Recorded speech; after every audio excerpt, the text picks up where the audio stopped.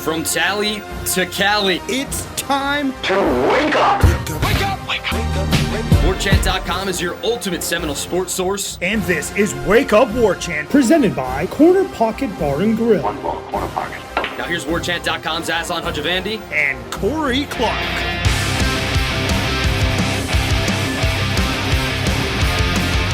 Wake up! What is up, everybody? It's Wake Up Warchant, presented by Corner Pocket Bar and Grill. Coming up on today's show, a hodgepodge of stuff. We talk about whether the playoff is already affecting the way we look at the upcoming schedule. We talk about legacies, sunshine laws, and Michael Langston's here to talk recruiting, everybody. Wake Up Warchant, presented by Corner Pocket Bar and Grill, Tallahassee, Florida, cptallybar.com. That is the website, 2475 Appalachia Parkway.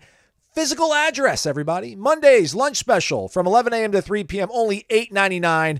Is a delicious, made-to-order, half-pound, all-black Angus beef burger. Comes with a side dish of your choice.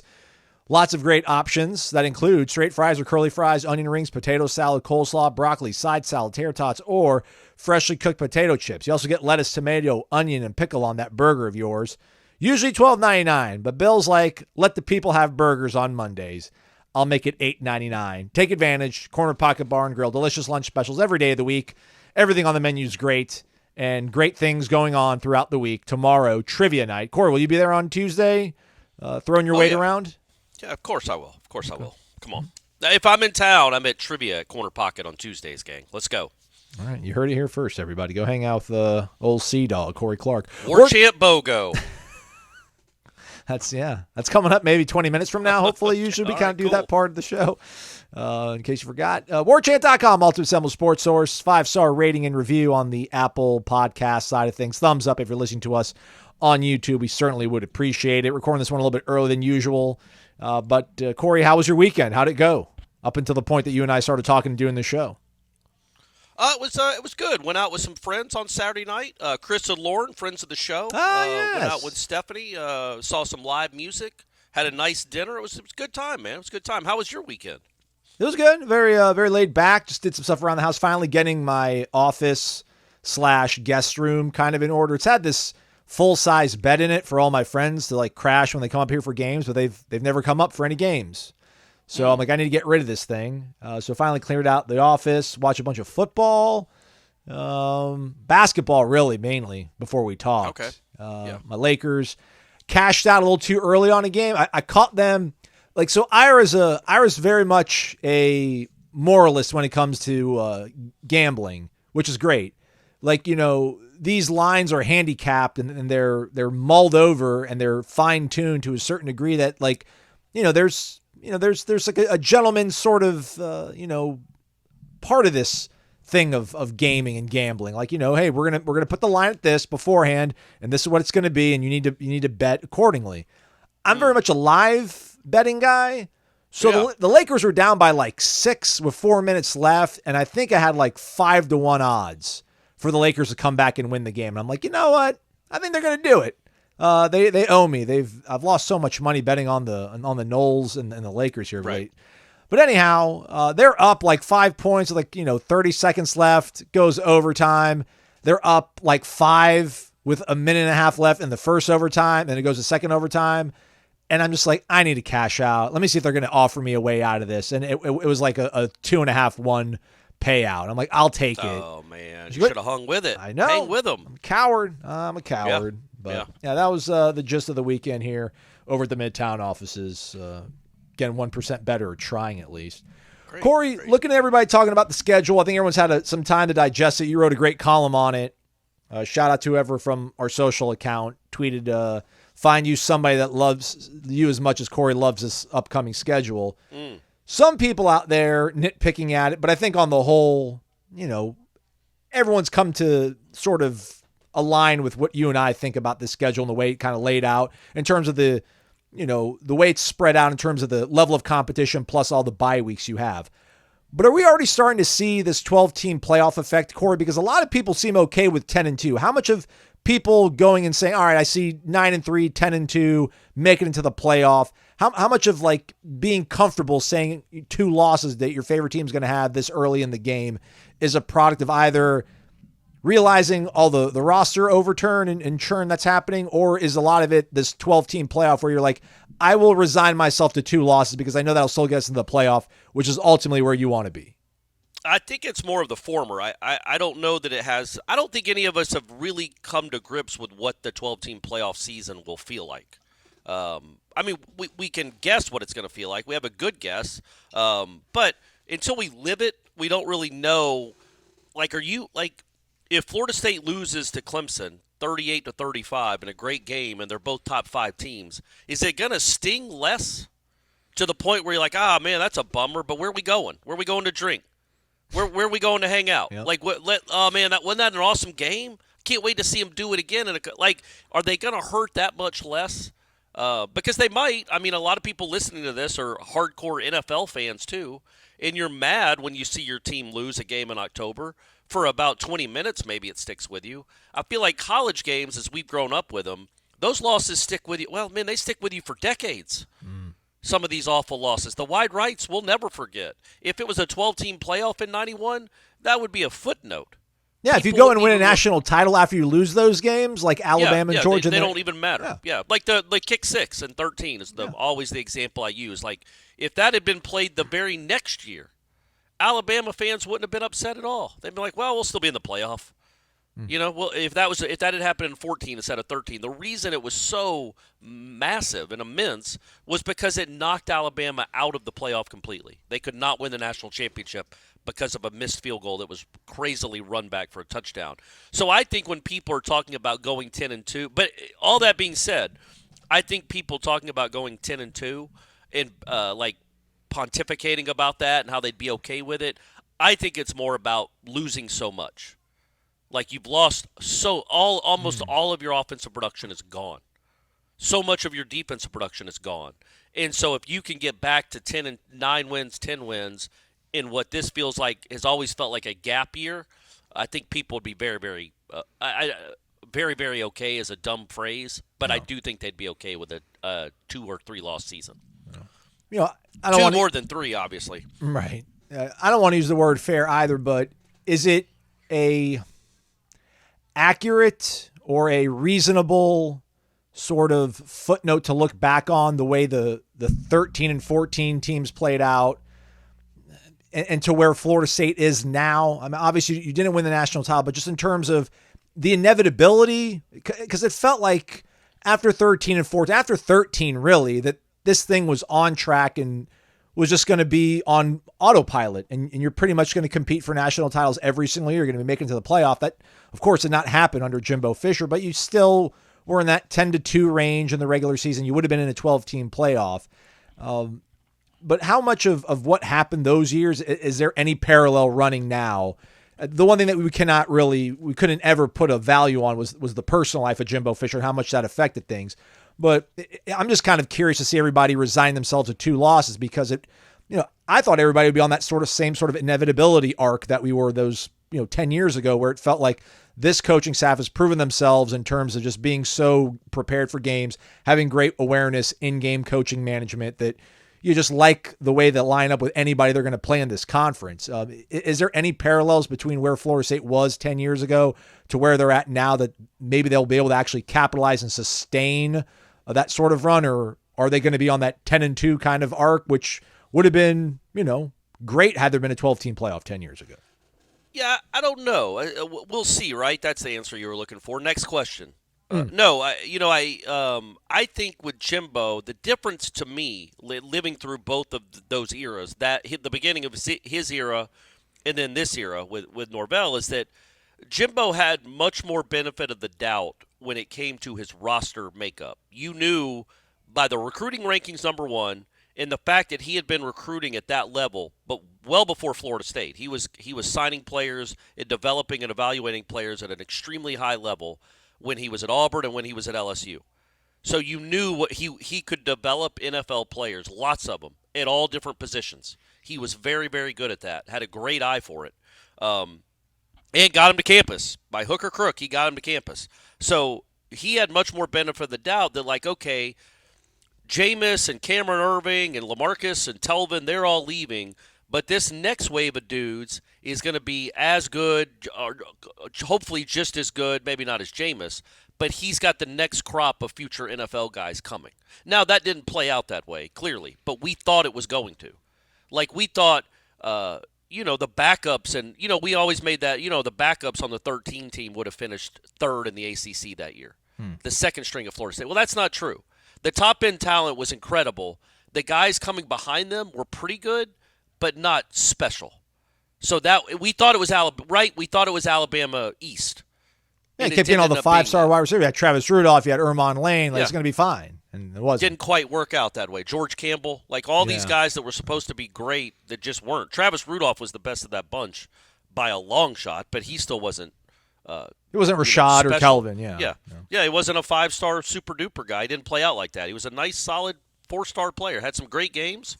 The bowl game against Houston, he had another. I think he had Syracuse. 2 or 3. He ate against Syracuse. Two 200-yard games in his career, 2 or 3, crazily, and then other games he'd have 2 for 12.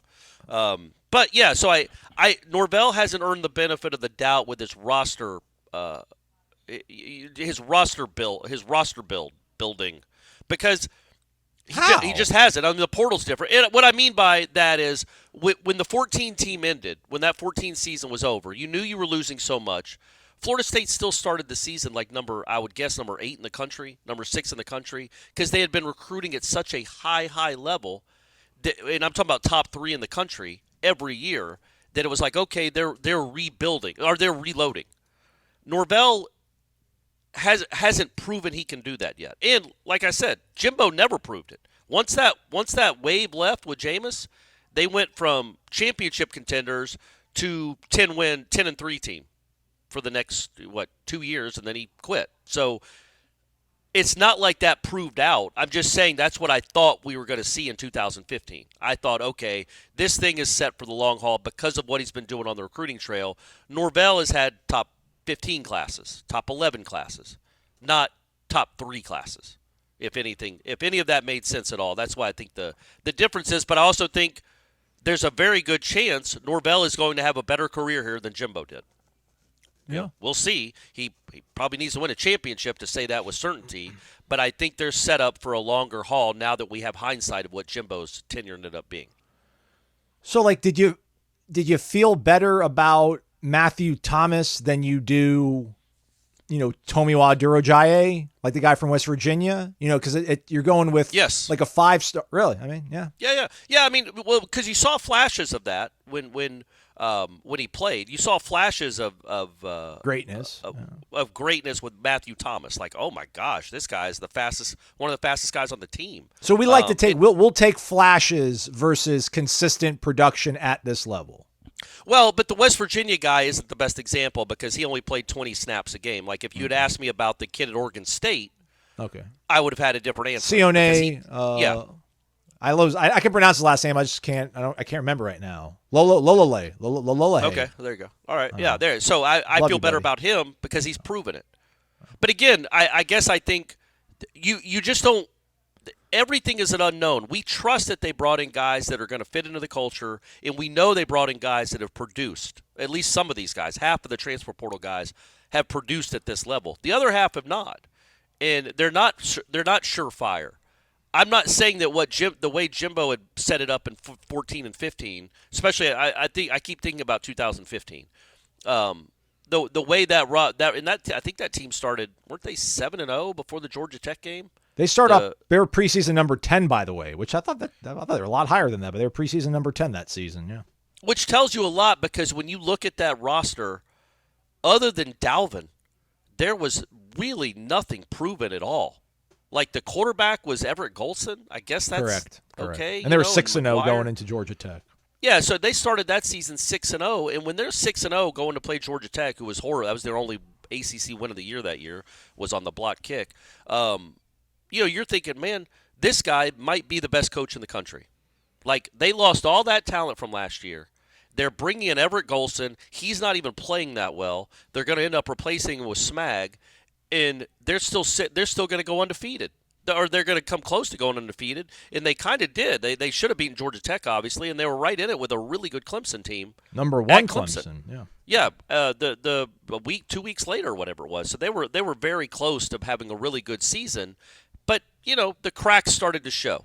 I don't. But the point being, he wasn't recruiting at the level we thought he was recruiting at, especially on the offensive line. And that's, not that you asked this question, but I was thinking about that today because I think didn't they get another commitment from an offensive lineman? Jacob Rizzi from Harvard, dog. So he's got 1 year to play, right? Yes. I think it's like I think it's enough of a question to ask Norvell the next time we get him, or Atkins, but Norvell especially is like they haven't. Who was the last high school kid they signed at offensive line that started for them? Other than Robert Scott? No, I think Robert Scott's it, right? Yeah. What year was that? 2020, like the first year, yeah. They have not signed an offensive lineman in the last 3 classes. So 2021, 2022, and 2023, that now we go into the 24 season, they have not signed one kid from the offensive line classes in those years that has started a game for him.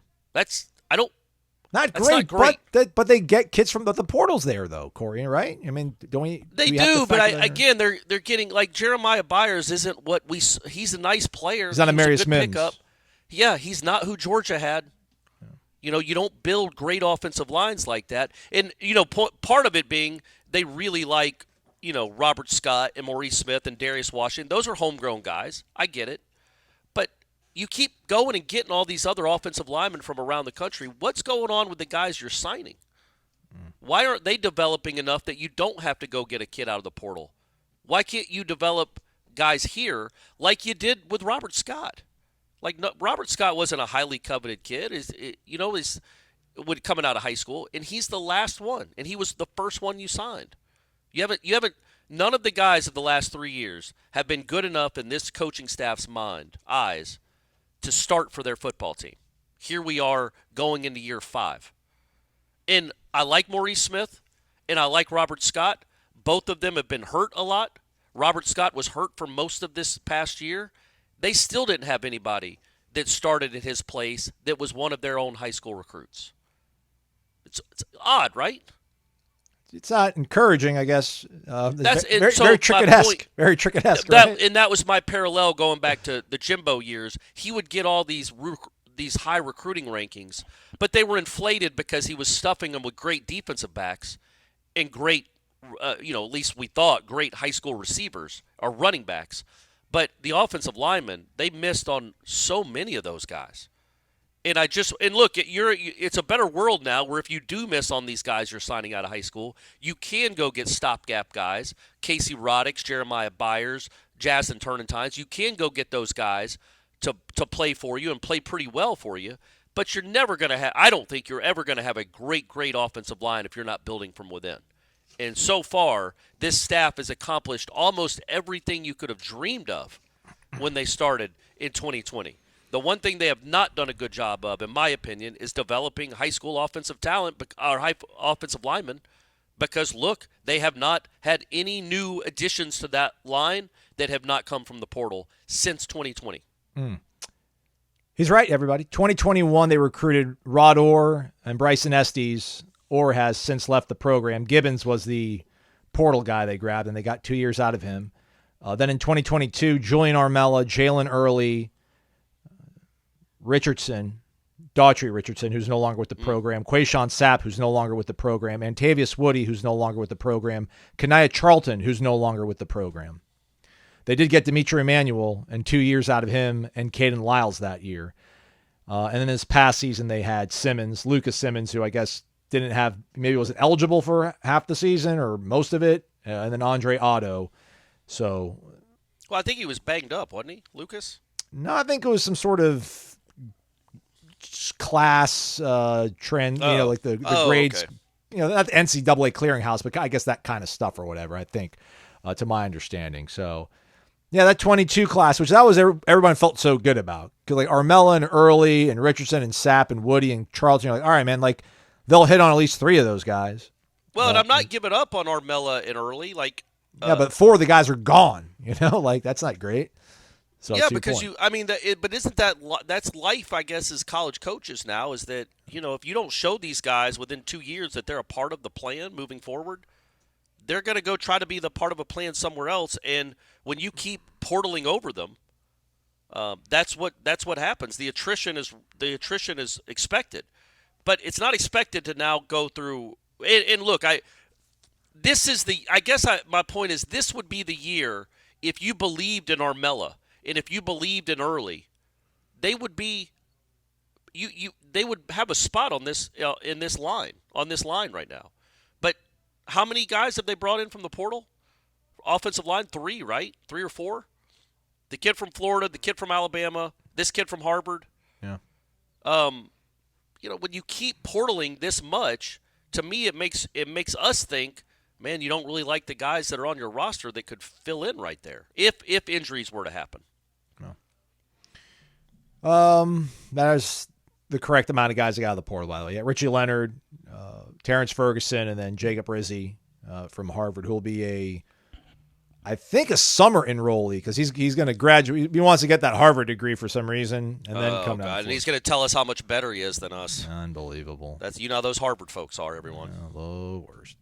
VitaminEnergy.com, promo code WARCHAMP BOGO. Buy one item, get one of equal or lesser value for absolutely free. Maybe you don't like the delicious, tangy taste of the Vitamin Energies. I don't know why you wouldn't, but they also have it in capsule form too, so you can just, put it in a bottle with you and carry it around and take a capsule and then get all the energy you want from it. And I'm literally about to do the workout one right now, Aslan, before I go to the gym. Sour apple?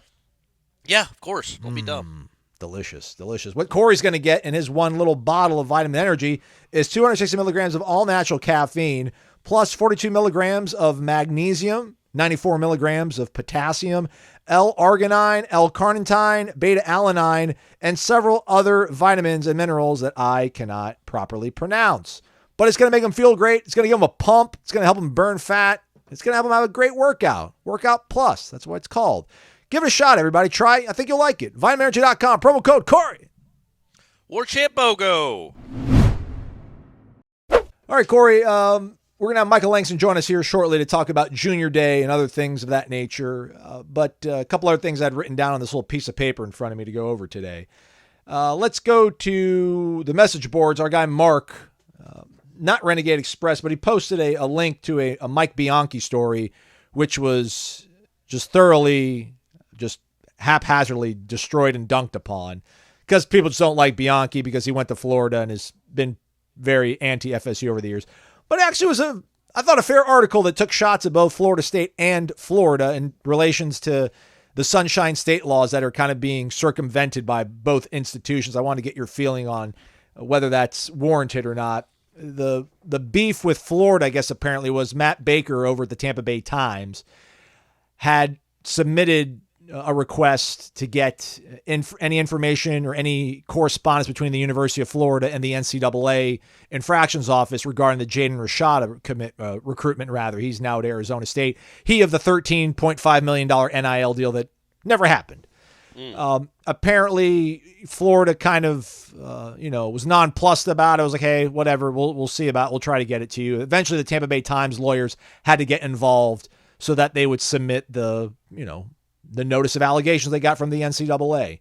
The knock on Florida State and Bianchi's story is in regards to the private equity thing that we heard over the summer regarding maybe Florida State discussing with JP Morgan having a private equity company help provide money to Florida State's athletic department, which would, I guess, the assumption was that it would go towards helping facilitate the buyout or the exit of Florida State leaving the ACC.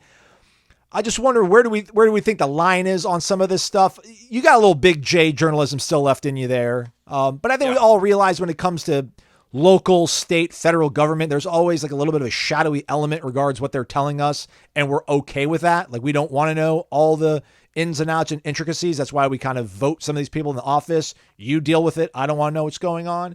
But are we okay with not maybe knowing the ins and outs of what the athletic department is doing versus some of these other things that the Sunshine Law applies to? Because apparently Sportico had put in a request with Florida State to get any email correspondence between the president of Florida State and one of the vice presidents mentioning J.P. Morgan or 6th Street, who was the private equity firm that would have probably been used in this situation.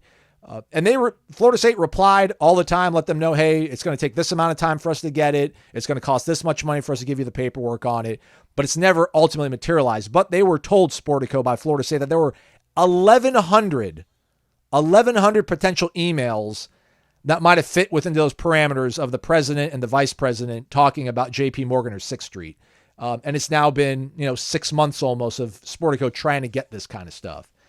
Do we need just to shut up and let the university do what they need to do that's in the best interest of them? Or is it fair to want some sunshine in these instances? There are parts of me that are still very big capital J journalist, and the sunshine laws are there for a reason. Florida State is a state institution. These are theoretically tax dollars that pay these people. Those are, as the public, those are our documents as much as they're their documents. So yes, if you're dumb enough, and I've always said this, that's why people need burner phones. Stephanie worked for the state government for 15 years. She knew there was some things she could not email. She did not want on her public email because it's all public.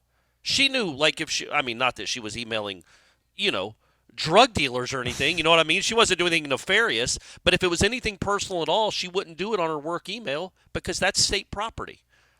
This is state property. So I haven't read this story, so I don't even want to really get into it much because I don't want to talk about something that I don't know. I mean, I know you guys are saying, what, that's never stopped you before. But yeah, I'm of the opinion if that's public record, and it is, and we live in the Sunshine State where the Sunshine Laws are, all these government documents are our documents, and we deserve to see them, then yeah, if they've been requested, and you sent it from a public email from your Florida State email address, then yeah, that's public domain. That's our right to see it. And I would say that if that was Florida State, if it was Georgia, Florida, Harvard, Harvard might be private. Yeah. Yeah. So Miami is private, so I guess Miami wouldn't fall under the jurisdiction of sunshine laws, right? Because it's a private institution. Correct. Yeah. Because they're not taking public dollars. That's how it all works. Right. Like you take public money, exactly. Then you have to respond to the public. I'm not bothered by the way Florida State's handling it because seemingly they have been in contact with Sportico this entire time. Yeah. If they just ignored it completely. Yeah. I would have a real problem with that, but it sounds like they have been in communication with them. They have. I don't know why it would take 6 months to do a search. They're stalling, but it's so yes. like it's better than totally ignoring it. I was just blown away by the fact that they admitted, like Florida State's like, yes, you want this request for any correspondence between our president and the vice president that's mentioning these keywords. There might be 1,100 of them actually. So let us get back to you on this. That just makes me feel like, I don't know, maybe that gives you a little more glimpse into just how urgent or maybe how real the whole ACC exit thing is because they're clearly exploring that option. But more than I was just kind of blown away by all the comments that everyone was like, I guess maybe because it was Bianchi, maybe if like Ira had written this, people would have been like a little bit more of an open mind. But it wasn't like an anti-FSU thing because he was taking shots at Florida too. It's just kind of a little disheartening to see everybody respond to like, oh, this is a non-story. Why does anybody read anything this guy writes and clicks on it? It's like, well, if you read it, it's actually kind of fair to wonder why these things are not being followed through on. The Florida thing is bizarre though, I think, because I almost can kind of agree that what does anything with the NCAA have to do with like a sunshine law? Like we're not talking about, money that's being spent by the university or anything that has to deal with an actual employee of the university. It was a collective and a student athlete that's not even at their institution. So I guess I can kind of understand that, but apparently the Tampa Bay Times lawyers were like, nope. And then the Florida, they backed down.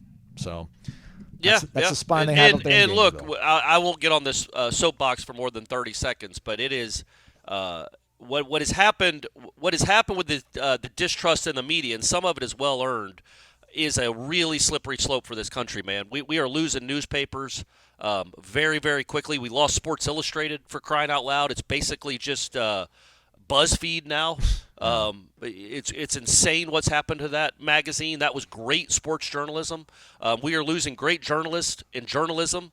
And, man, that is scary. You need great journalism in this country. You don't need one-sided journalism. And I'm not talking about the talk shows on Fox or MSNBC. I'm talking about people shining light on corruption. Yeah, going to city hall meetings, the real thing. But also just shining light on corruption, man. That's what great journalism is. If you've seen the movie Spotlight, if you've seen All the President's Men, and everything in between, none of that happens without great journalism.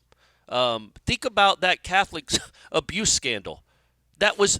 We found that out because of journalists. The Epstein stuff apparently. The whole thing. Epstein apparently was the Miami Herald was like, hey, what's going on here?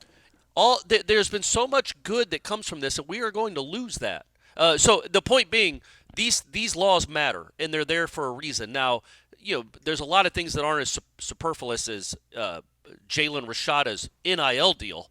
There's some really serious stuff that you want to know about, and great journalists get to that.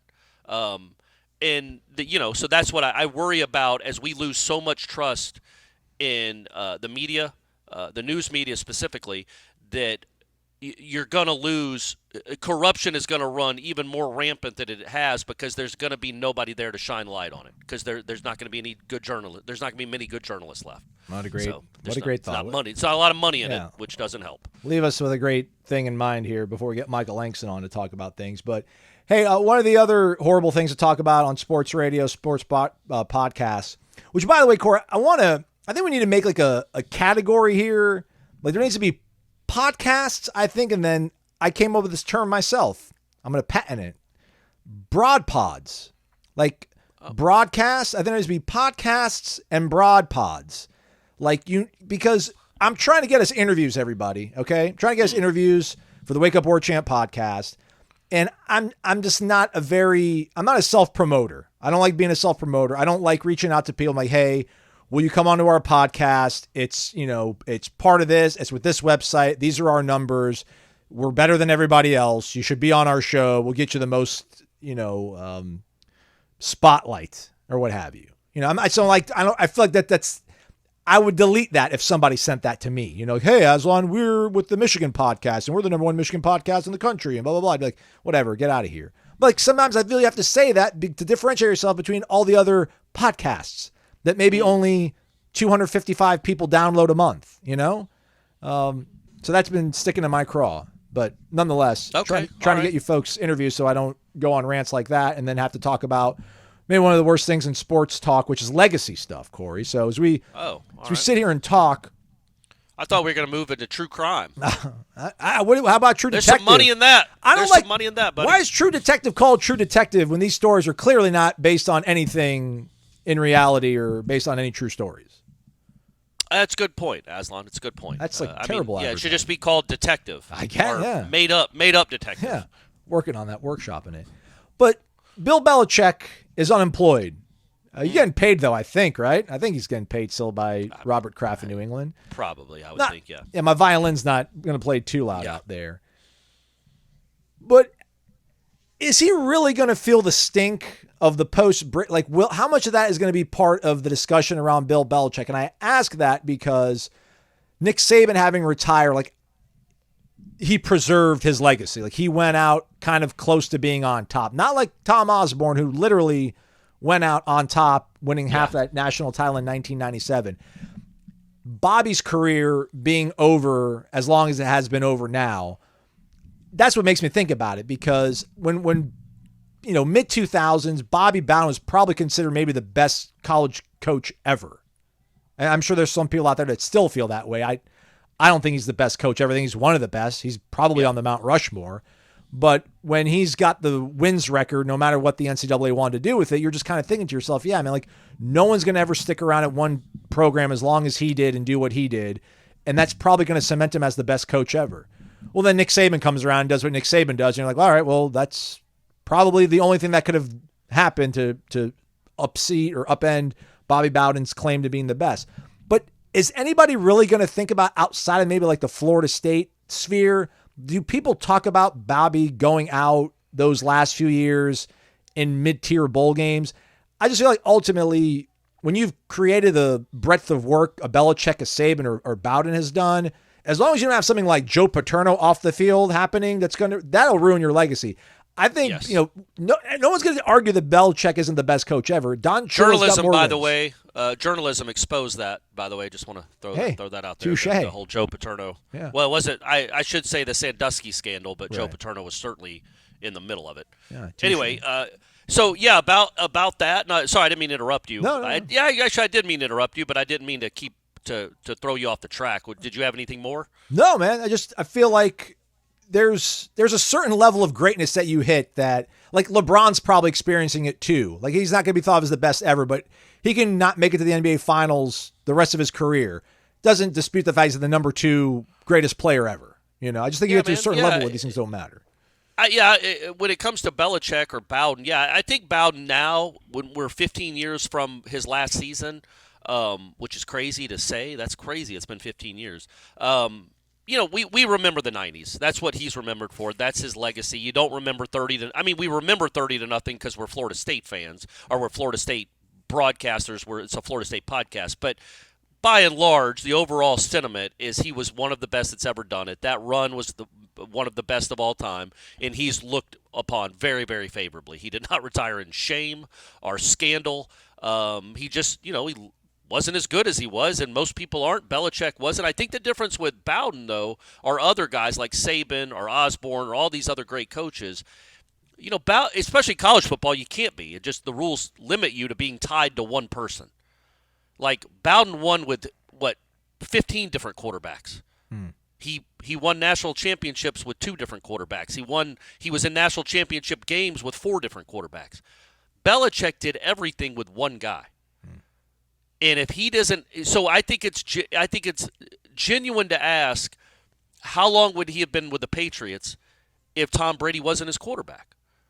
I think that's a real answer. I think the fact that Brady, and I don't even know if this is what you're asking about, but just when it comes specifically to Belichick, the fact that Brady went and won a Super Bowl, meanwhile Belichick got worse and worse and worse without him to the point that they almost had the number 1 pick in the draft his last year.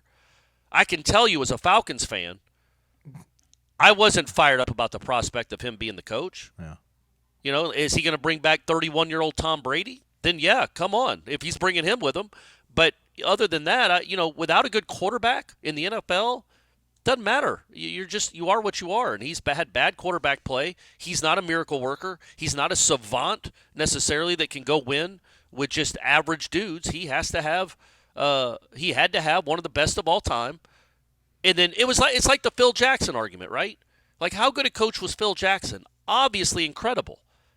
But he won world championships with Scottie Pippen, Michael Jordan, Kobe, and Shaq.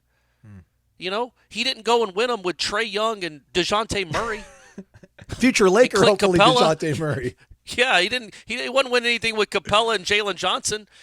And when he did have teams like that, he struggled. So, I think the legacy with Belichick's going to be unique. He's still considered one of the best that's ever done it, but the way his last 4 or 5 seasons went compared to what Brady did after he left him, I think it diminishes it a little bit, right? But you say he's thought of as I don't think he's thought of as one of the best. I think he is. Oh, sure he is. It's like Chuck Noll. He won 4 Super Bowls, but he had great Hall of Fame players with him. Who's the best coach? I think it's Belichick. And I don't like Belichick at all. I don't like the Patriots at all. I hated that dynasty. I rooted against them every single corner I possibly could. But how can you argue against it? I don't know. Maybe, no, I wasn't. I was saying. I know you're not. I thought you were arguing against. No, I'm saying he is by far the best NFL head coach ever. He's the most accomplished. Absolutely, yeah.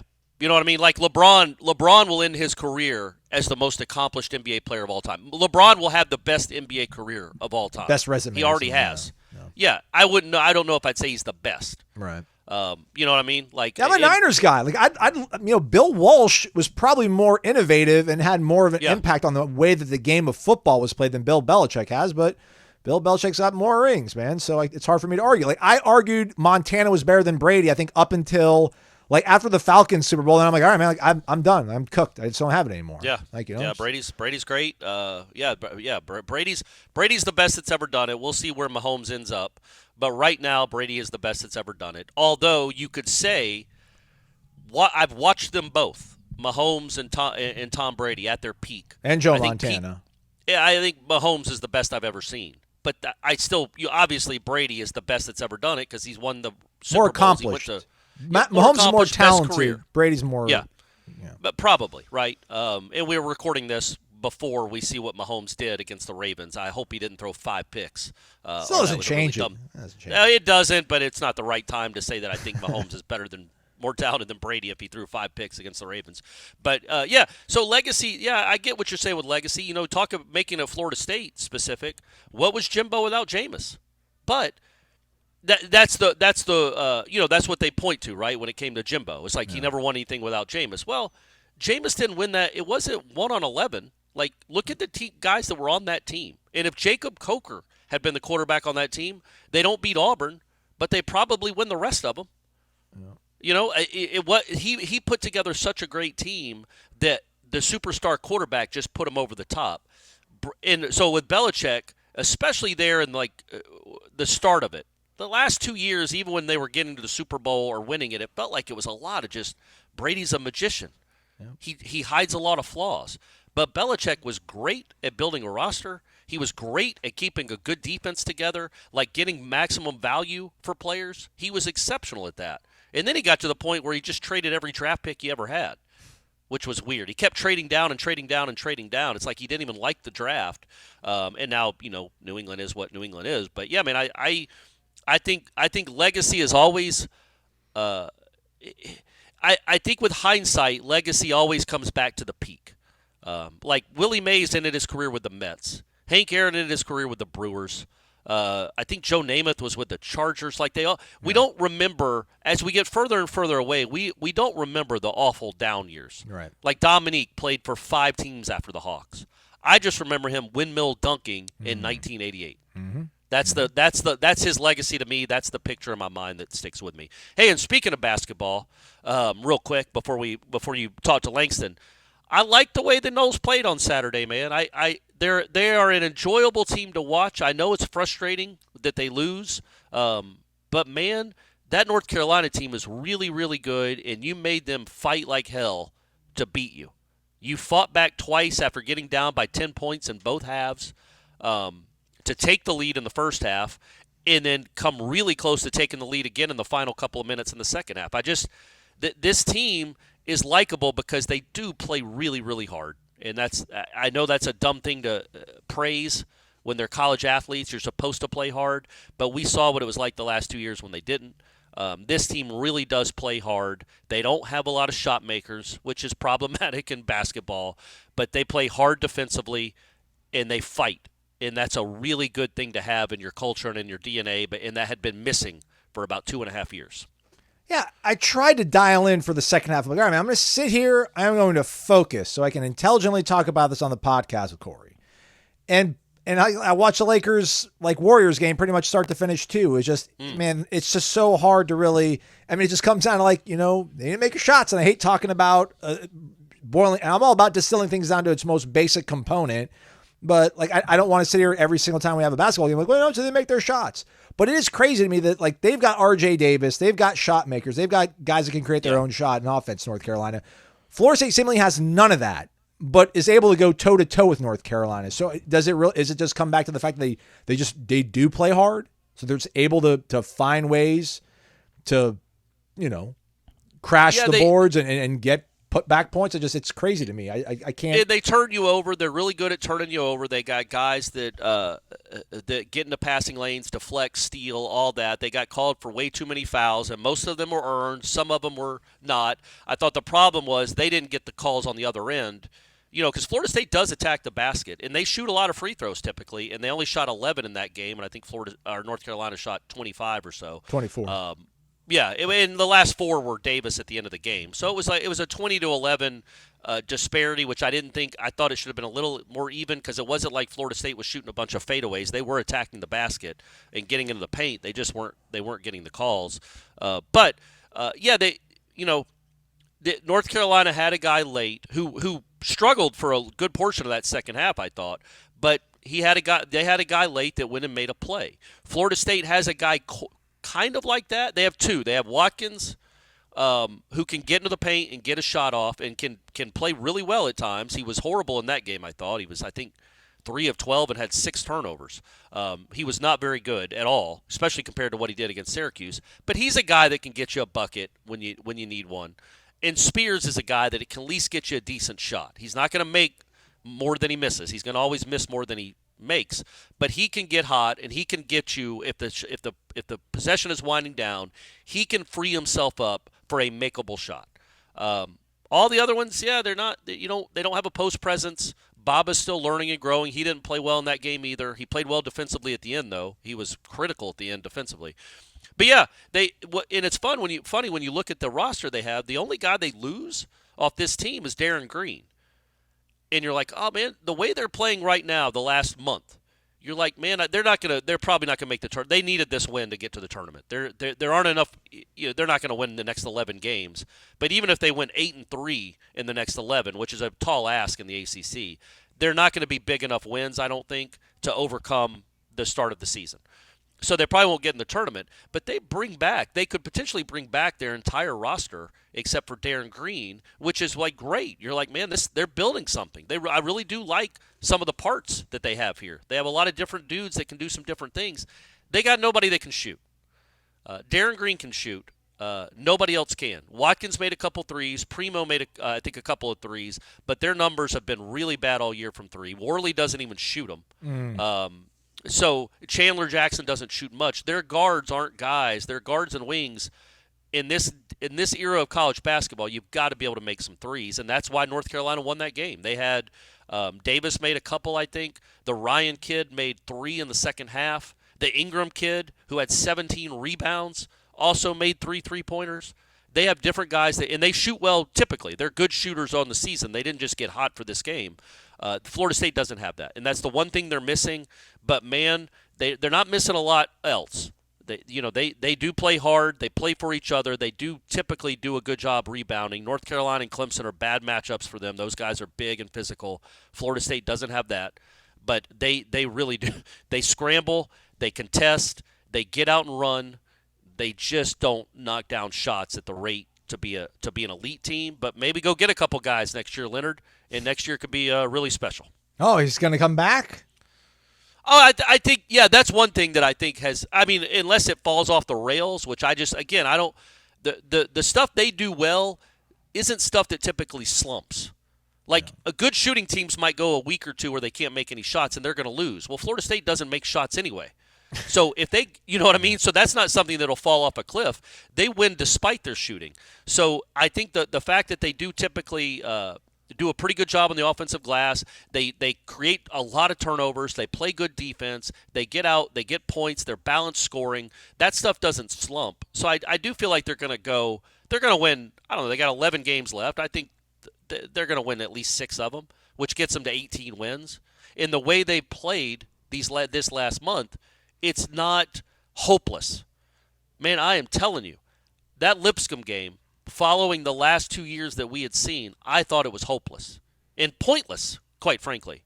But now I see some building. I really do see some stuff that you like. They just hung with North Carolina. I think UConn's the best team in the country. I think North Carolina might be the second best team in the country. And Florida State was within 2 points of them with the ball twice in the final 2 minutes on Saturday, despite not playing all that well. They were within 2 points of North Carolina with the ball twice, and then Watkins missed a wide-open 3 on a great look from Baba that would have given them the lead, and then Primo dribbled out of bounds. And then they didn't, then RJ made the shot he made, and that was ball game. But, yeah, their 2 losses during the stretch were to Clemson and North Carolina. They have 3 losses in the ACC, 1 to Clemson, the other 2 to North Carolina, who might be the second best team in the country. So no shame there. If they can beat the teams they're supposed to beat, yeah, they could have a nice 18, 19, 20-win season. I just don't think it'll be enough to get in the tournament because I don't think there's enough great ACC teams out there that would boost the resume to get them there. That's fair. But TeamRankings.com has Florida State a 62.5% shot of making the tournament. Oh, really? Yeah. Oh, all right. Okay. I mean, who do they? I But guess they get Duke. To your point, though, I guess like that Duke game then, I mean, so Yeah. I don't want to, they got Louisville, who is just an absolute horror show. Yeah. BC, Virginia at home. That could be That's a a toughie. Yeah. It's a toughie, though. Yeah, Yeah, it it's is. a real It tough is. one. Virginia Tech on the road. Yeah. Duke at home on the 17th of February. Boston College at home. Then you're at Clemson. Home against NC State. On the road against Georgia Tech and Pitt. And then you finish off at home against Miami. So, I mean, if you win 3 of those 4, I guess like the Virginia, Duke, Clemson, Miami game, right? Like if you win 3 or 4 of those, and then I don't know what's the remaining number, like 6 out of the other 8. That's probably too big of a maybe. number there. Yeah, I mean, I just the margin for error isn't big enough for this team to assume they're gonna just like roll into Boston College and win comfortably, Right. or beat Pitt. Like those are all or at Georgia Tech. Like all those games could be coin flip games or worse. Yeah. Just like I said, you don't know what you're going to get shooting wise, but they're gonna be in those games, almost all of them, right? Right. Last year they would go on the road, and it was a 50-50 chance that they would be down 20 in the first half. You know what I mean? Like it's hard to like watching this team. It's hard to realize how much, even though they're only 12-8, what they were last year was so bad. It wasn't just the record; it was the competitiveness. Like they're at NC State. I think it was last year, or the year before, and I feel like they're down 40-11. In North Carolina a couple years ago, it was like 50-9. Just ridiculous, just embarrassing, humiliating scores and efforts. And a lot of that is addition by subtraction. There's guys that aren't on the team anymore that were a problem. But, man, they will fight. They're almost going to be – they're going to be in a lot of games. They're not fun to play. Last year, they were very fun to play. Teams couldn't wait to play Florida State. This is going to be awesome. How many you want tonight? They're not like that anymore. They do play hard, which is good. You want to talk about legacy? That would have been awful for Leonard's last teams to look like they did the last 2 years. That's not Leonard Hamilton, man. That's not who his teams are. That's not who he is as a person. This team is more who Leonard Hamilton is as a person. And next year's team, assuming he's back, will be more, I think, more like who he is as a person. Which that's why you want. I mean, I'm only talking about him retiring or leaving. He's 75 years old, so it's going to happen soon. And he's also got to make a presidential run in 2028. He'll be right at that perfect age to run this country.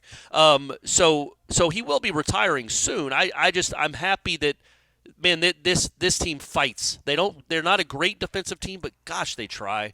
And that's not something you could say the last couple of years. And if you want to see a team that doesn't compete, like Aslan said, go watch Louisville. That is a testament to what they think of their coach.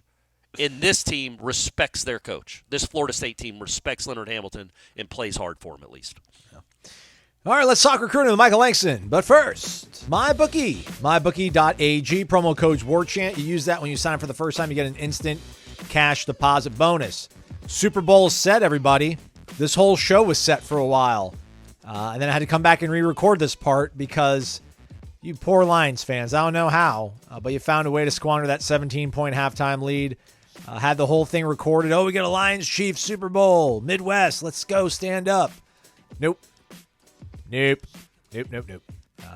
get the Chiefs against the Niners again. So bet on that as you wish. Not only the game, the over-under on it, but props. Color of Gatorade on the winning coach. How long the national anthem is. All that kind of stuff. All available over at mybookie.ag. And let us all rejoice maybe that we get Taylor Swift again. I can't wait. I hope it's like 48-45 Niners win, but Kelsey catches 4 touchdowns so we can just see all the shots of her in the press box. Or rather, the luxury box. And I'm being sincere. And if anybody slanders her, you are no friend of mine nor the show's. MyBookie.ag. Again, that promo code is WARCHANT. Promo requires $50 minimum deposit and rollover requirement of one-time your deposit total, including your bonus for withdrawal. For full terms and conditions, visit mybookie.ag/about-us. Michael Langston, recruiting right after this. Wake Up War Chant, also a standalone video on YouTube. If you're listening to Wake Up War Chant, we told you earlier that we're going to have Michael Langston on to hang out. There he is. If you're watching the video, his voice about to hit your eardrums here in a second. Michael, what should folks do if they're listening or watching on YouTube for this show? Oh, always should hit the like button. That's certainly it's free, it's easy, promotes our shows, promotes everything, promotes this show. So definitely hit the like button. Absolutely. All right, man. Junior week or junior day part due. Reloaded. Lots of big time talent on campus. Let's start off with somebody who's already in the boat for the Noles, and that would be a sizable young man from Jacksonville, Florida. Rains High School, 6'4", 315 is what he's listed as. Solomon Thomas, 4-star composite, number 6 tackle in the entire nation for the 2025 cycle. He's already committed. But it's always, touch and go. Apparently, I don't know if there was rumor that he was down in Gainesville last weekend or whatnot, but Right. being in Tallahassee, what did that mean for the Noles' chances, and did that firm things up a little bit, do you think? I think it was a big deal just having him there because you want him after you visit a school that like Florida or in these other schools are trying to still work on Solomon. He was there for 3 days. He actually got there early. I want to say like Thursday. Visit Thursday. Spent a lot of time with the players. That was mainly the main thing they were doing. And then Friday, I think they watched. He watched the tour of duty, got the experience. Lot of different things of what he goes through if he's when he's a player there. And then Saturday was more of the junior day stuff. He went to the hoops game a little bit, watched kind of exciting atmosphere. So I think it was great. I think it was perfect of everything he was looking for. I am completely confident that where FSU sits on this commitment, I think they sit in a really good spot. I think the only visit he said when he talked to our Ben Spicer as far as after the junior day, he said the only visit he has is official visit to FSU. So I think they feel really good, and I feel really good about where they sit. I think this weekend only solidified that of his feelings about Alex Atkins, the offense, the players, the connection he has with FSU is just very unique and special. And I think they did a lot. Just if there needed to be something to solidify, I guess they handled that. But I think they're in a very good spot with that commitment. The video that we're playing is his sophomore season highlights, so he's only grown and gotten bigger since then. Is he, Corey and I talked about on the podcast, but there just hasn't been a really great track record so far of this staff getting kids from high school and then turning them around into becoming contributors on the offensive line. Does he seem to be one of the more physically well put together guys that, not saying he has a chance day one, but just probably has less of a chance of going under and being, I don't want to say the B word bust, but just he's more built to be a contributor probably at the next level? Yeah, I think he'll be a contributor pretty early with his skill set. His body frame looks really good as far as what you want from an interior guy. I think really with high school kids, it's kind of a wait and see of how long it takes them to develop. I've heard a lot of positive things about Jalen Early as well. Guy they certainly have developed. So I think there's some in there that will do well, but I think he does fit the kind of size and frame that you're looking for and explosive ability as a blocker that could come in there and help you early. Let's keep it on the trenches. People were asking last recruiting chat that we did live on YouTube, what's going on with recruiting in the DMV, huh? What's going on with recruiting in the DMV? Maybe they were talking about Virginia specifically. He's from Baltimore, Maryland, but Trent Wilson, another just properly looking recruit, if you will, in terms of filling out that size speed sort of combination. Another consensus 4-star, number 9 overall defensive lineman in the country. So another top 10 prospect, Right. as well as Thomas. 6'3", 260 out of Henry Wise High School in Baltimore, Maryland. What was Florida State trying to get done on this visit? And were they able to get those boxes checked off, Michael? Yeah, I think they did a really good job on this visit. This was one that we heard a lot about. I think he was there for I want to say he got there, it was kind of a day and a half type of visit. It wasn't just junior day. So he spent a lot of time around the staff, really praised Odell as I expected he would, but also just the connection with the team and just the players and the coaches, I think really resonated with Trent. Trent was looking kind of for, I mean, development's a big deal to him. Certainly why Penn State is pretty high on his list. I think FSU is very high as well. Now after this trip, going on this visit, I was thinking like, probably Penn State is the team that I hear the most about. But then after the visit, I heard a lot of stuff about FSU and a lot of positivity, positive feedback of kind of where FSU feels like they sit after this visit. I think they did I think they made a good surge in this recruitment. I think certainly you're going to have to get them on campus more. Certainly that's something we'll keep an eye on. But assuming they do that, I think this first impression was really strong by FSU. I think it's kind of what you're looking for in that first impression to really. I saw this last year with another DMV guy of what they did with D.D. Holmes when he visited early. It just kind of got this. You got the same kind of feeling of a connection that's unique with FSU compared to the other places he's been.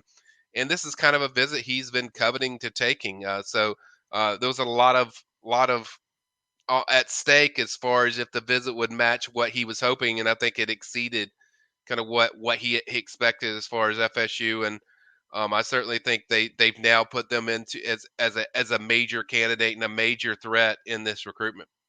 Penn State, one of the other teams you think that's probably most instrumental in his. Yeah, I think Penn State's up there. I think Florida's another team that he visited. I think there's other schools, but Penn State for me is probably the bigger threat that I hear out of other those teams. But I think FSU made a strong move today. Hey, last year there was a really good tight end from the state of Georgia. He was committed to the Dogs. But then was like, nah, I'm good. I'm going to go in Tallahassee. Will history repeat itself? Elias Williams, the number one tight end in the entire country for 2025 from Camden County, 6'7", 235 pounds, currently committed to the Dogs, Michael, but that RPM thing's got the Noles as the odds-on favorite as we sit here and talk in the end of January. He's been the campus a lot, man. When they keep coming back, that's obviously a good sign. What kind of things does the staff want to get done when a guy does keep showing up all the time? Try to keep things fresh or just try to stay consistent and improve this where he belongs? I think really the kids know what you are, what your program is, what your product is. I think it's just the thing you said before, the latter is stay consistent, stay what you are. I think the one thing Elias, which that's how you pronounce his name. I know it looks like Elise, but it's actually Elias. That's how you pronounce his name. But I think the main thing is why he keeps coming back is the connection, the relationships that away from football, and it's not just because let's face it. I mean, I'm sure every school tells him, whether it's FSU or any other place he visits, that you're a great talent, you're an amazing tight end prospect, and so I think with FSU they've done a great job of showing them a different side of what makes you unique. And if you're going to pull off these flips, and we saw this with Landon, it gives me kind of similar Landon Thomas vibes of Landon kind of sound the same way of it's more than just the X's and O's and what you can do on a football field or what the school can give you as from a football field, but it's also